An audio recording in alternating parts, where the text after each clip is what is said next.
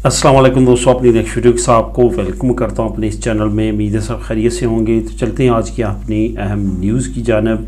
सबसे पहले तो दोस्तों बात करेंगे Spain marriage certificate, family visa और घर के इन्फॉर्मे के बारे में।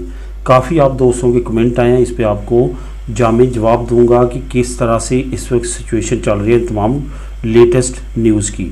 उसके बाद स्कॉटलैंड की इमिग्रेशन और इमिग्रेंट्स के लिए एक अच्छी खबर है, ये आप लोगों के साथ शेयर करूंगा। घर का नया सामान ख़रीदने की एक अमदाद है, इस पे बात करेंगे।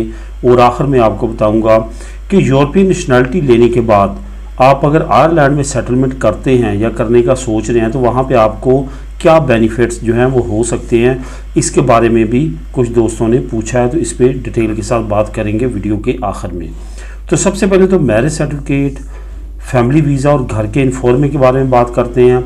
यहाँ पे आपको बताता चलूँ स्कॉटलैंड की न्यूज़ का, घर की अमदाद की के सामान की ख़रीदारी का, इन दोनों के नीचे आपको लिंक डिस्क्रिप्शन में मिल जाएंगे, लिंक नंबर 1 और लिंक नंबर 2। इसके साथ साथ वहाँ पे 2 चैनल्स के आपको लिंक भी मिलेंगे, चैनल नंबर 1 और चैनल नंबर 2। वहाँ पे जाके उन चैनल्स को भी सब्सक्राइब करें और वहाँ पे भी आपको काफ़ी इन्फॉर्मेटिव वीडियोस मिलेंगी, उनको भी लाजमी तौर पे वॉच करें। तो दोस्तों सबसे पहले जो स्पेन मैरिज सर्टिफिकेट है, यहाँ पे चंद एक अहम बातें आप लोगों के साथ शेयर करना चाहता हूँ, जो कि आम तौर पर मुख्तलिफ दोस्तों के साथ पर्सनल एक्सपीरियंस जो है वो हुआ है। यहाँ पे एक और बात भी यहाँ पे बताता चलूँ कि इस चैनल पे दोस्तों अपने एक्सपीरियंस भी शेयर किया करें। आपके साथ क्या हो रहा है, आपका क्या एक्सपीरियंस है। हो सकता है कि आपकी वजह से कुछ दोस्त इसी परेशानी में हो जो आपको लाहक है या थी पहले माजी में, अब आपका मसला हल हो चुका है।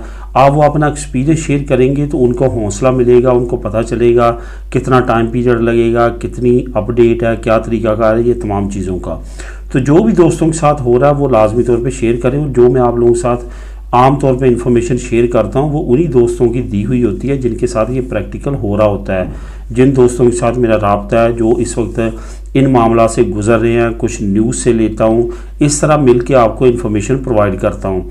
तो आप भी कोशिश किया करें कि जो इस प्रोसेस से गुजर रहे हैं, अगर नीचे आपकी कमेंट देखते हैं आपके भाई का, किसी बहन का, किसी फैमिली का, कि वो भी इस तरह का कमेंट कर रहे हैं जिसके बारे में आपको मालूम है, तो लाजमी तौर पे उनको आंसर दिया करें। मैं बिल्कुल बुरा नहीं मनाता, बल्कि मैं अप्रिशिएट करता हूँ। मैं उनके जो आंसर होते हैं उनको लाइक करता हूँ। तो इस वजह से आप उनको जवाब दे सकते हैं जो भी आपके पास ताज़ा तरीन अपडेट हो। लेकिन प्लीज़ ये मेहरबानी करनी है कि करेक्ट इन्फॉर्मेशन देनी है। और अगर लाइलमी की वजह से या गलतफहमी की वजह से हो जाए वो तो एक अलग चीज़ है, लेकिन कोशिश करें ज़्यादा से ज़्यादा जो है वो 100% करेक्ट इन्फॉर्मेशन दे और एक्सपीरियंस बेस्ड इन्फॉर्मेशन जो है वो प्रोवाइड करें। तो स्पेन मैरिज सर्टिफिकेट का इस वक्त क्या है, बहुत सारे लोग ऐसे हैं जिनको बहुत अरसा हो चुका है और वो जब कमेंट करते हैं कि 18 महीने हो चुके हैं, 15 महीने हो चुके हैं, तो ऐसा महसूस होता है कि शायद उनकी फ़ाइल जो है वो इधर उधर कर दी गई है, या रजिस्टर सिविल के ज़रिए अगर उन्होंने डायरेक्ट करवाई है तो यहाँ से उन्होंने फॉरवर्ड नहीं की। तो इसका बेहतरीन हल ये है, वो लोग जो कि गिरदोनवा में रहते हैं मेडिड के, वो तो लाजमी तौर पे वहाँ का सीधा डायरेक्ट लें, जो मेडिड सेंट्रल सिविल रजिस्टर सिविल है, और वहाँ पे जाके डायरेक्ट पूछ सकते हैं। और वो लोग जो कि ज़रा दूर रहते हैं लेकिन उन्होंने रजिस्टर सिविल के ज़रिए ही करवाया अपना काम, तो वो जा सकते हैं जिस रजिस्टर सिविल के ज़रिए उन्होंने अपनी फ़ाइल सबमिट की है, वहाँ पे जाके पूछ सकते हैं। उसके बाद आप उनको कॉल भी कर सकते हैं, उनको ईमेल भी कर सकते हैं। सबसे बेस्ट वे यही है खुद जाना, वरना उनको कॉल करना, और वो आपको आपकी फ़ाइल नंबर पूछ के आपकी ताज़ा तरीन अपडेट आपको बता देते हैं। ये लाजमी तौर पे करें जो लोग काफ़ी परेशान हैं कि उनकी फ़ाइलें जो हैं वो काफ़ी लेट हो रही हैं, तो ये लाजमी तौर पे काम करें, इंशाल्लाह ताला कोई ना कोई पॉजिटिव रिज़ल्ट निकलेगा। इसके बाद फैमिली वीज़े की बात करते हैं। फैमिली वीज़े से भी रिलेटेड काफ़ी दोस्त जो हैं वो कमेंट करते हैं। कुछ दोस्तों ने 3 महीने फ़ाइल जमा करवाई है, कुछ ने 4 महीने पहले करवाई है, क्योंकि वो लाइलम है, इस वजह से उनको इतना ज़्यादा मालूम नहीं है। तो इस वजह से वो परेशान हो जाते हैं कि 3 महीने गुजर चुके हैं, सरकारी जो प्रोसेस है वो 3 महीने का, 3 महीने में हमारी फ़ाइल का आंसर क्यों नहीं आया।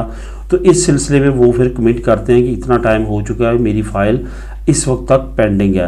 तो यहाँ पे ये बताता चलूँ दोस्तों कि आपने लाजमी तौर पे अपने जहन में रखना कि जब आप अप्लाई करते हैं, ये आपने प्रोसेस शुरू करने की बात नहीं करनी कि आपने जब स्पेन में डॉक्यूमेंट भेजे थे वहाँ से शुरू नहीं करना। जब आपने पहले दिन TCS वालों को अपनी फ़ाइल सबमिट करवाई है उस दिन से लेके जब तक आपका वीज़ा लगता है उस वक्त तक, इस वक्त अप्रॉक्सीमेटली 10 महीने से 1 साल लग रहा है। जो नॉर्मल केस है, जिनका केस सीधा सीधा है, जिनमें खुदा न खासा की मसला नहीं होता, और जिनमें मसला आ जाता है वो इससे ज़्यादा टाइम लगता है। लेकिन आपने 1 साल लाजमी तौर पे जहन में रखना है, ये नेचुरल टाइम है और इतने टाइम में शुरू से ही एम्बेसी वीज़े लगा रही है, इससे कम में वीज़े नहीं लग रहे। वो शादो नादरी है, किसी की लक हो उससे पहले लग जाए, वरना आम तौर पे यही टाइम पीरियड है। इस वजह से ये आपने लाजमी तौर पे अपने जहन में रखते हुए अपना काम करना है। उसके बाद घर के इन्फॉर्मे के बारे में, घर के इन्फॉर्मे के बारे में दोस्तों, कुछ प्रोविंसेस ऐसी हैं जहाँ पे काफ़ी ज़्यादा रिस्ट्रिक्शंस हैं। आपके घर में आते हैं इन्फॉर्मे की चेकिंग के लिए, बाज़ औक़ात आपका वहाँ पे कोई मसला होता है, वो आपको बताते हैं कि आपके इन्फॉर्मे में, आपके घर में ये मसला है, तो आपको दोबारा से जो है वो करना पड़ता है, दोबारा से वो ठीक करवाना पड़ता है, दोबारा से इंक्वायरी होती है और दोबारा ये तमाम काम होता है। तो इस वजह से ज़रा पेंडिंग हो जाता है। नॉर्मली जो इन्फॉर्मे मिल रहे हैं मुख्तलिफ प्रोविंसेस में, वो नॉर्मली 3 महीने के अंदर आ जाते हैं। और कुछ प्रोविंसेस ऐसी हैं जहाँ पे गैर मुल्कियों का इतना ज़्यादा नहीं है, वहाँ पे 1 महीने में, 1.5 महीने में, 2 महीने तक भी जो है वो इन्फॉर्मे बन के वो बना के भेज देते हैं। तो ये टाइम पीरियड आपने जहन में रखना है, इसके अंदर आपका तमाम काम हो जाता है। उसके बाद दोस्तों बात करते हैं स्कॉटलैंड की। स्कॉटलैंड इमिग्रेंट्स के लिए एक खुशखबरी दी गई है। स्कॉटलैंड की जो इस वक्त सेक्रेटरी हैं, जो कि अपर जमात है जो इस वक्त वहाँ पे हुकूमत कर रही है, जो कि बहुत ज़्यादा सपोर्टिंग करती है स्कॉटलैंड को अलहदा करवाने के लिए यूके से, उनकी तरफ से एक नई स्टेटमेंट सामने आई है। उन्होंने कहा है कि अगर हम इंडिपेंडेंट हो जाते हैं, यानी कि हम यूके से अलहदा कंट्री बन जाते हैं, तो हम इमिग्रेंट्स, असाइलम सीकर्स को, रेफ्यूजीज़ को काम की इजाज़त दे देंगे। असल में ऐसा क्यों है? स्कॉटलैंड यूके का वो खित्ता है जहाँ पे बहुत ज़्यादा शॉर्टेज है लेबर की, वहाँ पे काफ़ी ज़्यादा वर्कर्स की डिमांड है, क्योंकि ज़्यादा गंजानाबाद होने की वजह से यूके जो है वो, इंग्लैंड का एरिया जो है वो ज़्यादा गंजानाबाद और फेमस होने की वजह से ज़्यादा इमिग्रेंट्स उस तरफ हैं।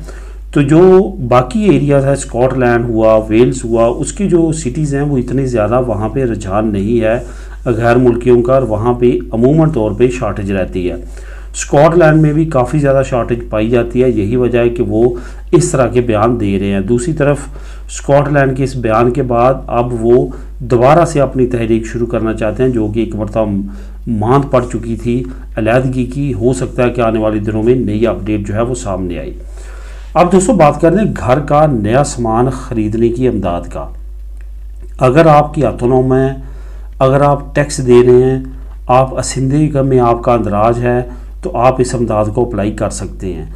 ये इमदाद 30,000 तक जो है आप सामान की ख़रीदारी के लिए ले सकते हैं। नया सामान ख़रीदने के बहुत अच्छी ये अपडेट आई है। आपको मालूम है अमूमन तौर पे दिसंबर में नया सामान जो है वो ख़रीदा जाता है, पुराना सामान जो होता है उनको रीसेल किया जाता है, उनको रीसाइकिल किया जाता है। तो इसी वजह से इस टाइमिंग पे उन्होंने ये इमदाद की अनाउंसमेंट की है। 30,000 यूरो तक आप मैक्सिमम जो है वो इमदाद की सूरत में सिंधे से अप्लाई करके ले सकते हैं। तमाम डिटेल, तमाम इन्फॉर्मेशन नीचे आपको लिंक नंबर 2 में मिल जाएगी, आप उसको ख़ुद भी क्लिक करके रीड कर सकेंगे। अब दोस्तों आखिर में बात करते हैं यूरोपियन नेशनलिटी के बाद अगर आप आयरलैंड में जाते हैं तो आपको क्या फ़ायदा है। सबसे पहले तो काफ़ी दोस्तों के ये क्वेश्चन आते हैं कि अगर फॉर एग्ज़ाम्पल मैं स्पेन की नेशनलिटी, इटली की नेशनलिटी, ग्रीस की नेशनलिटी पे जाता हूँ आयरलैंड, तो क्या मैं वहाँ की नेशनलिटी भी ले सकता हूँ? बहुत सारे लोगों के जहन में यह है कि क्योंकि हम यूरोपियन हैं, हम जाते हैं अपना पासपोर्ट चेंज करवा सकते हैं। ऐसा नहीं है। आपको आयरलैंड में 5 साल लीगल गुजारने हैं।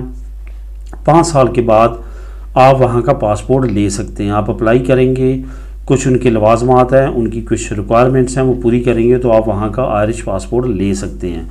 इसमें कोई प्रॉब्लम नहीं है। उसके साथ साथ अगर आप वहाँ पे अपनी फैमिली के साथ रहते हैं तो फैमिली बेनिफिट्स भी आयरलैंड में अच्छे हैं। उसके बाद एजुकेशन सिस्टम इंग्लिश में है, वो भी अच्छा है। इसके साथ साथ एक बड़ा बेनिफिट ये है कि अगर आपके पास, आप वहाँ पे अपना पासपोर्ट चेंज करवा लेते हैं या बच्चों का पासपोर्ट चेंज करवा लेते हैं, तो फिर आयरलैंड और यूके के दरमियान ऑलरेडी मुआहदा है जो कि यूरोपीय यूनियन का मोहताज नहीं है, कि वो आपस में एक दूसरे के मुल्क में जाके रह सकते हैं, काम कर सकते हैं। वो इसी तरह जैसे ब्रिटिश लोग आयरिश हैं, जैसे आयरिश लोग ब्रिटिश हैं।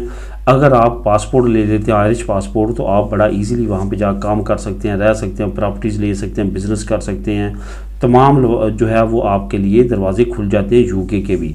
ये भी बेनिफिट है अगर आप आयरलैंड में जाके अपनी सेटलमेंट करना चाहते हैं और वहाँ पे जाके परमानेंटली रहना चाहते हैं। तो दोस्तों ये थी आज की अहम न्यूज़ और इन्फॉर्मेशन। मिलेंगे नेक्स्ट वीडियो में नई अपडेट्स के साथ। अल्लाह हाफिज़।